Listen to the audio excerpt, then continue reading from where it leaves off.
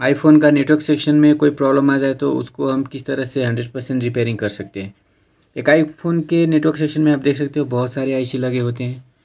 यहाँ पे जैसे 4 आईसी, एक ही तरह का 4 आईसी लगा हुआ है और नीचे छोटा बड़ा करके भी 4 आईसी और लगा हुआ है और इसके बगल में एक क्रिस्टल लगा हुआ है। इतने सारे जो आईसी है वो सभी नेटवर्क सेक्शन का आईसी है। इस सभी का काम होता है आईफ़ोन का नेटवर्क का प्रोसेसिंग करना। जितने भी आईसी इसमें लगे हुए हैं वो सभी का अलग अलग काम होता है और किसी में अगर फॉल्ट आ जाए या कोई आईसी अगर काम करना छोड़ दे तो उससे रिलेटेड प्रॉब्लम फ़ोन में दिखाई देने लगता है। तो कौन सा आईसी ख़राब हो जाने पर किस तरह का प्रॉब्लम दिखाई देगा फ़ोन में, और जितने भी आईसी यहाँ लगे हैं सभी का कनेक्शन अलग अलग जगह से किया गया होता है। जैसे जैसे कोई भी आईसी को काम करने के लिए पावर का रिक्वायरमेंट होता है। सबसे पहले पावर मिल जाने के बाद ये आईसी सिग्नल लेने और देने का काम करता है। तो कहाँ से सिग्नल लेता है और कहाँ पे सिग्नल देता है, वो सभी इन्फॉर्मेशन जानने के बाद हमें इसमें किस तरह का फॉल्ट हो सकता है और उसको हम कैसे सोल्यूशन कर सकते हैं, इसका इन्फॉर्मेशन हमें हो जाएगा। तो चलिए वीडियो को शुरू करते हैं और सबसे पहले हम इस आईसी का इंट्रोडक्शन कर लेते हैं एक बार। तो सबसे पहले आप यहाँ पे देख सकते हो एक क्रिस्टल लगा हुआ है जिसका वैल्यू 26 मेगाहर्ट्ज़ होता है। तो किसी भी नेटवर्क सेक्शन में 26 मेगाहर्ट्ज़ का क्रिस्टल लगाया जाता है जिसके बगल में एक आईसी होता है, उसको बोला जाता है आरएफ आईसी। ये नेटवर्क सेक्शन का सबसे मेन आईसी होता है जो आरएफ सिग्नल को प्रोसेसिंग करने का काम करता है। आरएफ सिग्नल उसे कहा जाता है जो कॉल के दौरान एक मोबाइल से निकलता है और दूसरे मोबाइल के अंदर जाता है। तो आरएफ सिग्नल का जितने भी प्रोसेसिंग होता है वो ये आईसी करता है, इसीलिए इस आईसी को बोला जाता है आरएफ आईसी। और इसके बगल में जो क्रिस्टल लगे होते हैं उसको बोला जाता है आरएफ क्रिस्टल। आरएफ आईसी के बगल में दो छोटे आईसी भी दिख रहे हैं, जैसे आप यहाँ पे देख सकते हो एक ए आईसी और इसके बगल में एक और छोटा सा आईसी, एक लंबा सा रेक्टेंगल शेप में है और एक स्क्वायर शेप में है। ये दोनों आईसी क्या करता है, बाहर से जो आने वाला सिग्नल होता है उसको प्रोसेसिंग करके आरएफआईसी को देने का काम करता है। और उसके बाद आप देख सकते हो एक बड़ा सा आईसी यहाँ पे लगा हुआ है जिस पे स्काई वर्क्स लिखा हुआ है। स्काई वर्क्स जो है इस आईसी को बनाने वाला कंपनी का नाम है, देख सकते हो। तो मतलब ये जो 3 आईसी आप यहाँ पे देख रहे हो, एक बड़ा सा आईसी और 2 छोटा आईसी, तो ये सभी एक ही कंपनी का है जिसका नाम है स्काई वर्क्स। तो ये जो बड़ा वाला आईसी आप यहाँ पे देख रहे हो तो इसको बोला जाता है एंटीना स्विच या फ्रंट इंड मॉड्यूल FEM जिसका कनेक्शन सीधे एंटीना से किया गया होता है। मतलब जो सिग्नल बाहर से आता है वो पहले यहाँ पे आएगा, उसके बाद ही RFIC में, और RFIC में जाने से पहले ये जो 2 छोटे आईसी लगे हुए हैं तो पहले वो सिग्नल ये दोनों आईसी के थ्रू होके और फिर लास्ट में इस आईसी में पहुँचता है। RFIC से पहुँचने से पहले किस तरह का प्रोसेसिंग किया जाता है वो सभी का इन्फॉर्मेशन भी मैं आपको दूंगा। तो इसके लिए हमें इसका स्कीमेटिक देखना होगा, लेकिन उससे पहले मैं सभी आईसी का इंट्रोडक्शन आपको करा देता हूँ। जैसे 4 आईसी आप देख रहे हो यहाँ पे, तो ये सभी बैंड सेलेक्टर आईसी है। जैसे मोबाइल का जो सिग्नल होता है वो 850 बैंड, 900 बैंड, 1800, 1900, 2100 इस तरह का जो बैंड होता है, तो सभी बैंड के लिए अलग अलग आईसी रखा गया है। एंड्रॉयड फ़ोन में ज़्यादा करके एक ही आईसी के अंदर सभी बैंड को बनाया गया होता है, लेकिन इसमें क्या है, हर एक बैंड के लिए अलग अलग आईसी का यूज़ किया गया है जिससे इस फ़ोन का जो परफॉर्मेंस है वो बेहतर हो सके, क्योंकि हर एक काम के लिए अलग आईसी रखने का मतलब होता है परफॉर्मेंस को अच्छा करना। तो ये जो पहला वाला आईसी आप देख रहे हो इसका बैंड है 850, इसका बैंड है 1900, उसके बाद ये आईसी है इसका बैंड है 900 और ये जो लास्ट वाला आईसी है इसका बैंड है 2100। तो आईफोन के नेटवर्क सेक्शन में यूज होने वाले सभी आईसी का इन्फॉर्मेशन मैंने आपको दे दिया है। और चलिए इसके बाद हम सभी आईसी का एक एक करके डिटेल इन्फॉर्मेशन लेते हैं। तो इसके लिए हमें इसका स्कीमेटिक को देखना होगा। तो इस वीडियो में मैं आपको स्कीमेटिक रीड करना भी सिखाऊंगा। एक फ़ोन का स्कीमेटिक देखने के बाद हमें इस आईसी का पिन डिटेल का इन्फॉर्मेशन हो जाता है, मतलब इस आईसी के अंदर कितने पिन है और कौन सा पिन में किस तरह का सिग्नल आ रहा है, कौन सा पिन सिग्नल के लिए है, कौन सा पिन वोल्टेज के लिए है, कौन सा पिन क्रिस्टल के लिए है, और इस आईसी में कहाँ से सिग्नल आ रहा है और इस आईसी से कहाँ पे सिग्नल जा रहा है। तो इस तरह से ये सभी आईसी का वर्किंग डिटेल हमें स्कीमेटिक देखने से पता चलता है। तो इसके लिए मैं आपको स्कीमेटिक दिखाता हूँ। तो इसका स्कीमेटिक दिखाने से पहले मैं आपको इसका पीसीबी लेआउट दिखाना चाहता हूँ। जैसे पीसीबी लेआउट का मतलब आप यहाँ पे देख सकते हो, ये जो बना हुआ है इसे बोला जाता है पीसीबी लेआउट। मतलब ये जैसे हमारे बोर्ड में है उसी तरह का डायग्राम यहाँ पे भी बनाया गया है। जितना कंपोनेंट हमारे बोर्ड में है उतना ही कंपोनेंट इसमें भी है।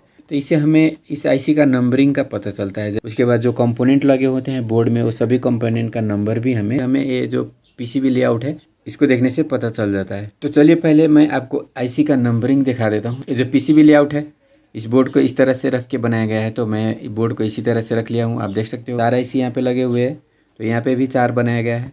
और ये वाला जो आईसी आप यहाँ पे देख रहे हो तो इसका नंबर है U5। आप देख सकते हो यहाँ पे U5 के बाद यहाँ पे आप देख सकते हो RF लिखा हुआ है और नीचे लिखा है WCDMA। U19 का मतलब हो गया ये दूसरा वाला आईसी, वो भी WCDMA आईसी है। उसके बाद तीसरा आईसी आप देख सकते हो U20 ये वाला आईसी हो गया। चौथा आईसी का नंबर है U37। तो इस तरह से चारों आईसी का नंबर हमें पता चल गया। उसके बाद में आप देख सकते हो इस आईसी के बगल में बहुत सारे कंपोनेंट है, तो सभी कंपोनेंट का नंबर भी यहाँ पे दिया गया है, आप देख सकते हो इस तरह से। जैसे ये कौन सा कंपोनेंट है, या सी लिखा हुआ है तो सी का मतलब हो गया कैपेसिटर, ये भी कैपेसिटर है, ये भी कैपेसिटर है, ये सभी कैपेसिटर है। रजिस्टर है, आप देख सकते हो R74, मतलब ये इतने नंबर का रजिस्टर है, इसे वैल्यू का पता नहीं चलता है, ये है नंबर। तो इस तरह से हमें कंपोनेंट का पता चल जाता है। सभी आईसी के बगल में आपको इसी तरह से कंपोनेंट का नंबर दिया हुआ मिलेगा। डायग्राम देखने पर ये कंपोनेंट किस लाइन में जुड़ा है वो हमें पता चल जाता है। इस आईसी का नंबर है U1। आईसी को U से डिनोट किया जाता है, इसको FEM या एंटीना स्विच बोला जाता है। तो इसका नंबर है U1। इसके बगल में एक छोटा आईसी आप यहाँ पे देख सकते हो, इसका नंबर है U6। उसके बाद ये लंबा सा आईसी का नंबर है U7, और ये जो RFIC है उसका नंबर है U8। और RFIC के बगल में एक क्रिस्टल मेटालिक पार्ट आप यहाँ पे देख रहे हो, ये है क्रिस्टल, जिसका वैल्यू होता है 26 मेगाहर्ट्ज़। तो इसका नंबर आप यहाँ पे देख सकते हो, RFIC के बगल में इसका नंबर है G2। तो इस तरह से आईफोन के नेटवर्क सेक्शन में जितने भी कंपोनेंट है सभी का नंबर हमें इस PCB लेआउट से मालूम हो गया। तो अब हम इसका डायग्राम देखेंगे। तो चलिए अब हम डायग्राम देखते हैं और जानते हैं नेटवर्क सेक्शन किस तरह से काम करता है, और इसमें कोई फॉल्ट आता है तो उसको हम कैसे फाइंड करेंगे और उसका सोल्यूशन भी हम कैसे निकालेंगे, इसका टोटल डिटेल मैं आपको डायग्राम के अंदर दिखाता हूँ। तो चलिए सबसे पहले मैं आपको ये जो बड़ा वाला आईसी है यहाँ पे, तो इस आईसी का डिटेल मैं आपको देता हूँ। जैसे आप यहाँ पे देख सकते हो इसमें U1 लिखा हुआ है।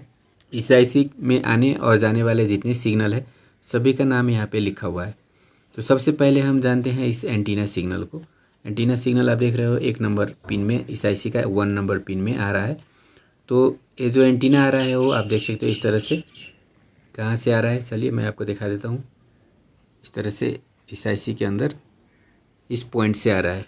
तो इस पॉइंट का नंबर आप देख सकते हो, इस पॉइंट का नंबर है तो J9R। ये पॉइंट कहाँ पे है वो मैं आपको दिखा देता हूँ एक बार। तो आप देख सकते हो ये है bottom part same to same आप देख रहे हो।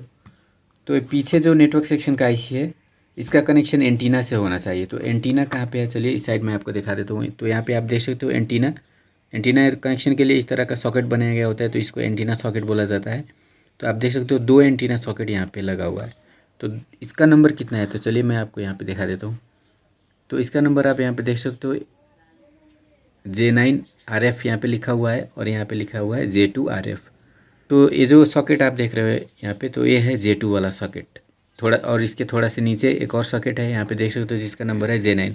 तो ये है हमारा J9 सॉकेट। तो ये दोनों का जो कनेक्शन है वो एंटीना स्विच आईसी या FEM आईसी से किया गया है, जो मैंने आपको सर्किट में दिखाया। तो एंटीना सॉकेट अगर इस साइड नहीं है तो इसके पीछे वाला साइड होगा, और आईसी यहाँ है तो एंटीना सॉकेट दूसरे जगह पे रखने से कोई मतलब नहीं निकलता है, क्योंकि जितना हो सके लाइन को छोटा करना होता है। तो इसीलिए आईसी यहाँ पे है, तो इसका जो एंटीना होगा वो भी इसी के या तो इसी साइड में होगा या तो दूसरे साइड में इसी के नज़दीकी पोजीशन में होना चाहिए।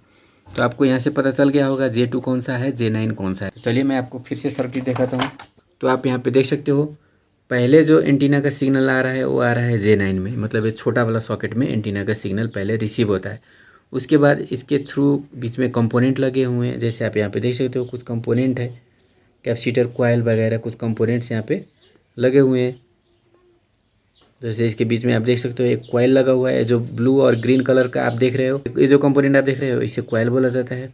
उसके बाद जो कंपोनेंट आप देख रहे हो उसको कैपेसिटर बोला जाता है। और ये है हमारा J2 सर्किट, मतलब पहले J9 में आया, उसके बाद वो सिग्नल फिल्टर हुआ कैपेसिटर कॉइल होते हुए, और फिर J2 सॉकेट में आ रहा है सिग्नल, जिसका इन्फॉर्मेशन आपको यहाँ से मिल रहा है। जैसे आप देख सकते हो पहले J9 में आया, J9 के बाद एक कैपेसिटर मिला आपको, फिर एक कॉइल मिला, और ये दोनों के बाद फिर एक कैपेसिटर है। उसके बाद इस सॉकेट में आया, इस सॉकेट का नंबर आप देख सकते हो J2। उसके बाद फिर कुछ कंपोनेंट होते हुए जैसे रेजिस्टर कॉइल कैपेसिटर होते हुए ये कहाँ पे आ रहा है, ये जो हमारा एंटीना स्विच आईसी है उसके अंदर का एंटीना पिन में ये सिग्नल रिसीव हो रहा है। मतलब सिग्नल आएगा भी यहीं से, और अगर बाहर जाना होगा तो जाएगा भी इसी लाइन से। मतलब ये जो लाइन है वो सिग्नल को रिसीव भी करता है और सिग्नल को बाहर भी भेजता है, मतलब ट्रांसमिट भी करता है। लेने का काम भी यही करेगा और देने का काम भी यही करेगा। तो मानिए आपका फ़ोन में नेटवर्क नहीं आ रहा है, या नेटवर्क कम आ रहा है, मतलब आ रहा है लेकिन थोड़ा सा आ रहा है, तो क्या करना है। तो आपके फ़ोन में अगर नेटवर्क कम आने का प्रॉब्लम है तो आपका इस सेक्शन में प्रॉब्लम होने का ज़्यादा चांस रहेगा। मानिए कैपेसिटर जल गया तो सिग्नल अंदर नहीं जा पाएगा, ये रजिस्टर जल गया तो भी सिग्नल ब्रेक हो जाएगा, अंदर नहीं जा पाएगा, या इसका वैल्यू चेंज हो गया तो थोड़ा थोड़ा जाएगा, अच्छी तरह से जितना जाना चाहिए उतना अमाउंट ऑफ फ्रीक्वेंसी यहाँ पे नहीं जा पाएगा। और ये दोनों सॉकेट में से कोई सॉकेट ख़राब हो गया तो भी आपका नेटवर्क से रिलेटेड इशू आ सकता है। नेटवर्क नहीं आने का प्रॉब्लम आ रहा है तो सबसे पहले आपको ये जो आईसी से पहले का जो कंपोनेंट है सभी को टेस्ट करना है। और या तो क्या कर सकते हो, आप इस सॉकेट का एक पॉइंट लेके दूसरे सॉकेट में डाल सकते हो, ये बाईपास हो जाएगा। लेकिन इस ऐसा करने पर आपका नेटवर्क का जो सिग्नल है वो फिल्टर नहीं हो पाएगा। सबसे बेस्ट सॉल्यूशन के लिए आप इस कंपोनेंट्स को चेंज करके देखें। अगर वो नहीं कर सकते तब आप यहाँ से लेके इसका पॉइंट में जंपर कर सकते हो। इतना करने के बाद इस कंपोनेंट्स में अगर फॉल्ट है तो उसका सोल्यूशन आपको आ जाएगा, लेकिन इस साइड का कंपोनेंट अगर फॉल्ट है तो फिर आपका सोल्यूशन नहीं मिलेगा। तो इसके लिए आपको क्या करना होगा, इस सभी कंपोनेंट को ये रिप्लेस करना होगा, या तो इस पॉइंट से लेके ये जो कैपेसिटर का जो पॉइंट है इसमें आपको जंपर मारना होगा। आईफोन में अगर नेटवर्क आने जाने का इशू हो रहा है, नेटवर्क का जो रेंज है वो कम दिखाई दे रहा है, तो आपको इस सेक्शन में चेक करना है। और नेटवर्क बिल्कुल नहीं आ रहा है, नेटवर्क टोटली डैमेज है, आपका जैसे सिम आप डाल रहे हो तो सिम का नाम दिखा रहा है लेकिन नेटवर्क नहीं दिखा रहा है, तो उस कंडीशन में आपको क्या करना है, चेक करना है इस आईसी का जो सिग्नल है उसको चेक करना है। तो इसके लिए इस आईसी को जो वोल्टेज मिलना है वो मिल रहा है कि नहीं, इस आईसी को चलाने वाला जो सिग्नल है वो आ रहा है कि नहीं, इस तरह से चेक करने के बाद आप इस आईसी में फॉल्ट है या नहीं है इसका आइडेंटिफिकेशन आप कर सकते हो। तो और इसका डिटेल इन्फॉर्मेशन के लिए आप नेटवर्क आईफोन का नेटवर्क सेक्शन से रिलेटेड जो दूसरा वीडियो है उसको देख सकते हो, वो भी जल्द इस चैनल पे अपलोड हो जाएगा। तो दोस्तों इसी तरह का इन्फॉर्मेशन अगर आप चाहते हो तो चैनल को सब्सक्राइब कर सकते हैं और इस वीडियो को शेयर भी किया कीजिए